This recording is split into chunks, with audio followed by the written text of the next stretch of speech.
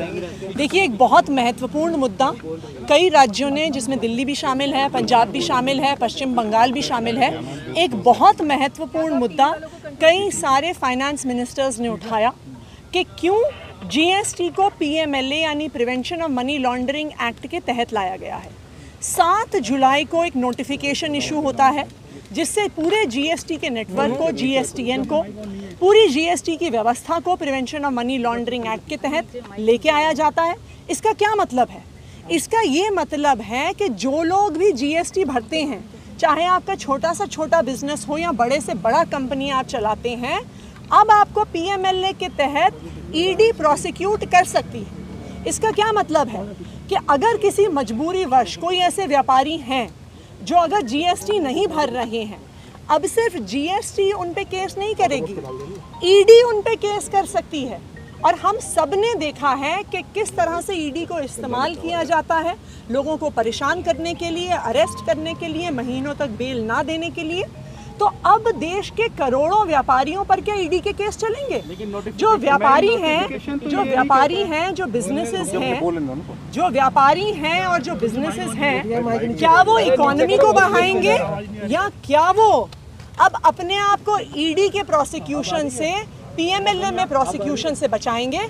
हम इसका पुरजोर विरोध करते हैं और बहुत सारे फाइनेंस मिनिस्टर्स ने विरोध किया है, चाहे वो दिल्ली हो, पंजाब हो, पश्चिम बंगाल हो, राजस्थान हो, सबने डिमांड करी है कि इस पर, तमिलनाडु हो, कि इस पर जीएसटी काउंसिल में चर्चा होनी चाहिए।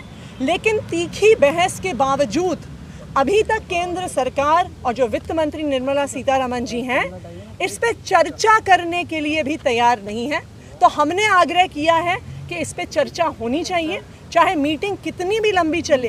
करोड़ों व्यापारियों की जिंदगी, देश की अर्थव्यवस्था इससे जुड़ी हुई है। मैम, टैक्स एक्सपर्ट ये कहते हैं कि जो देखिए, जितने बहुत सारे राज्यों के फाइनेंस मिनिस्टर ने जो इशू मैडम ने रेज किया था, उसके ऊपर सभी ने बोला कि इस पर तुरंत चर्चा होनी चाहिए।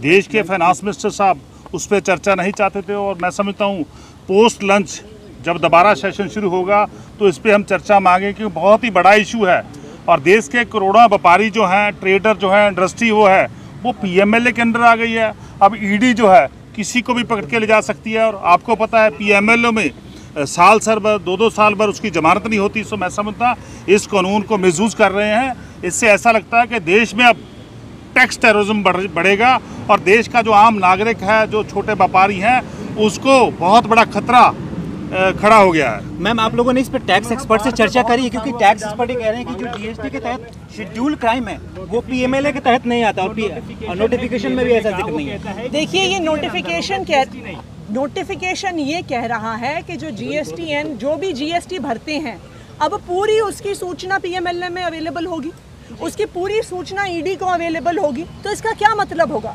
इसका मतलब ये होगा, देखिए, अगर कोई जीएसटी में फ्रॉड कर रहा है उस पर एक्शन लीजिए ना। हम सब चाहते हैं टैक्स बढ़ना चाहिए, लेकिन अब ईडी उन पे केस करेगी, अब ईडी उनको जेल भेजेगी।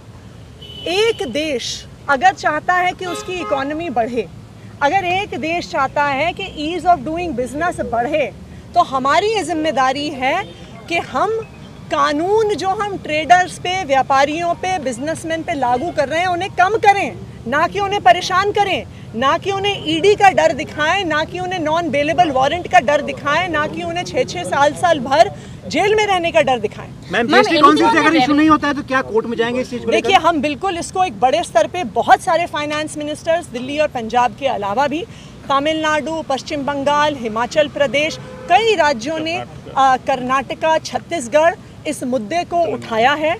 तेलंगाना ने भी एक बड़े स्तर पे उठाया है, राजस्थान ने भी उठाया। हम चाहते हैं कि इतना बड़ा कदम जीएसटी काउंसिल से चर्चा के बिना नहीं उठाया जाना चाहिए।